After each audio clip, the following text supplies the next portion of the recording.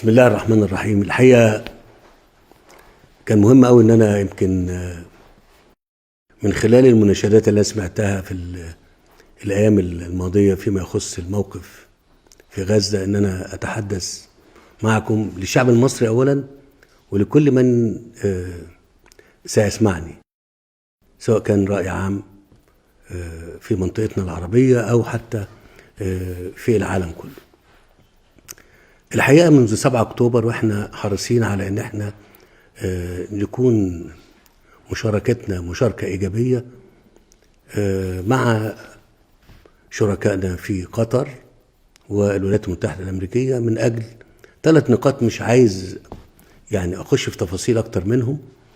النقطة الأولى بتتمثل في إيقاف الحرب، النقطة الثانية في إدخال المساعدات، النقطة الثالثة بتتمثل في الإفراج عن الرهائن.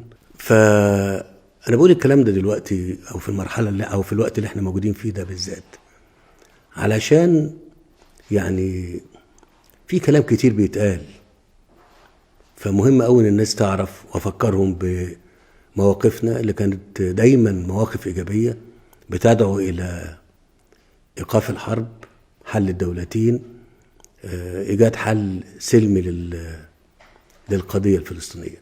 وكان لنا موقف واضح جدا فيما يخص رفض التهجير، لأن احنا كنا متصورين وشايفين أن عملية التهجير ستؤدي إلى تفريغ فكرة حل الدولتين أو الحل السلمي أو إقامة الدولة الفلسطينية.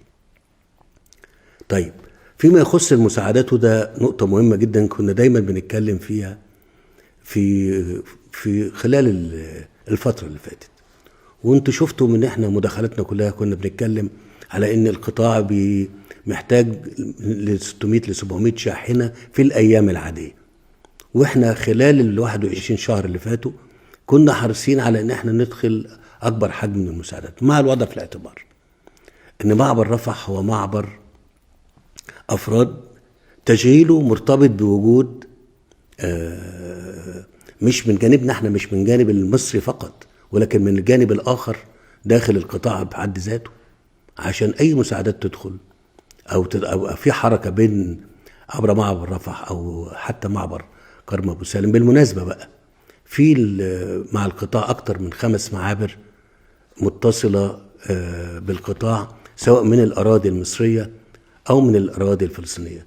من جانبنا احنا هو معبر رفح ومعبر كرم ابو سالم بشكل او باخر.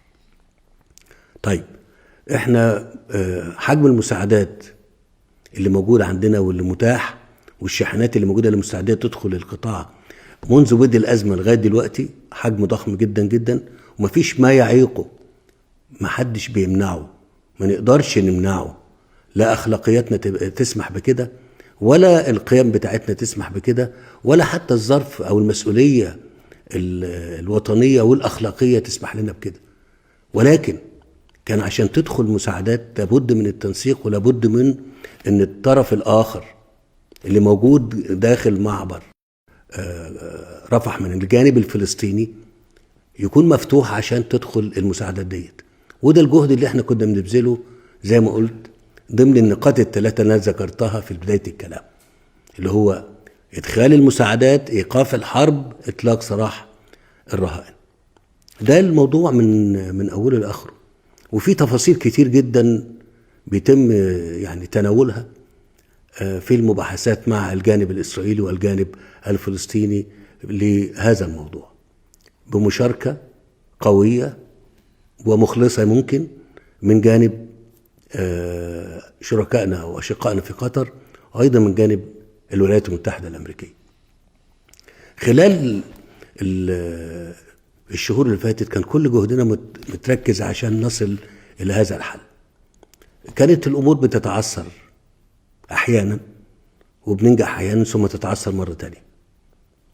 فأنا بقول الكلام ده دلوقتي في المرحلة اللي احنا موجودين فيها ديت، لأن فعلا الظروف داخل القطاع أصبحت مأساوية خلال الشهور الماضية، والأمر أصبح لا يطاق، وبالتالي لابد من إدخال أكبر حجم من المساعدات خلال هذه المرحلة للتخفيف عن أشقائنا الفلسطينيين.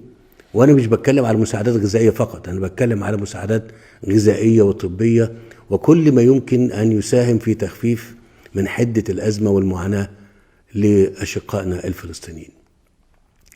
أنا قبل ما منهي كلام أنا عايز أقول لكل المصريين، وده الأمر اللي لازم تكونوا متأكدين منه، اوعوا تتصوروا أبدا إن احنا ممكن نقوم بدور سلبي تجاه أشقائنا في فلسطين. واوعوا إن من خلال يعني صعوبة الموقف اللي موجود تتصوروا إن احنا ممكن نعمل ده. احنا لينا دور محترم وشريف ومخلص وأمين وما بيتغيرش ومش هيتغير.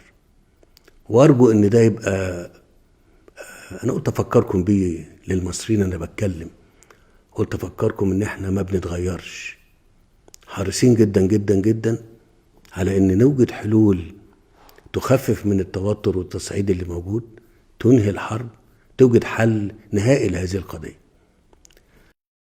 في نهاية كلمتي أنا عايز أقول وأوجه نداء عام لكل دول العالم، لدول الاتحاد الأوروبي،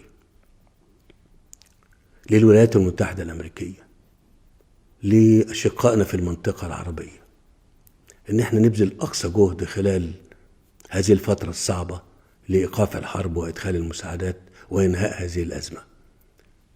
وهنا هوجه نداء خاص للرئيس ترامب، لأن أنا تقديري له الشخصي بإمكانياته بمكانته هو القادر على إيقاف الحرب وإدخال المساعدات وإنهاء هذه المعاناة.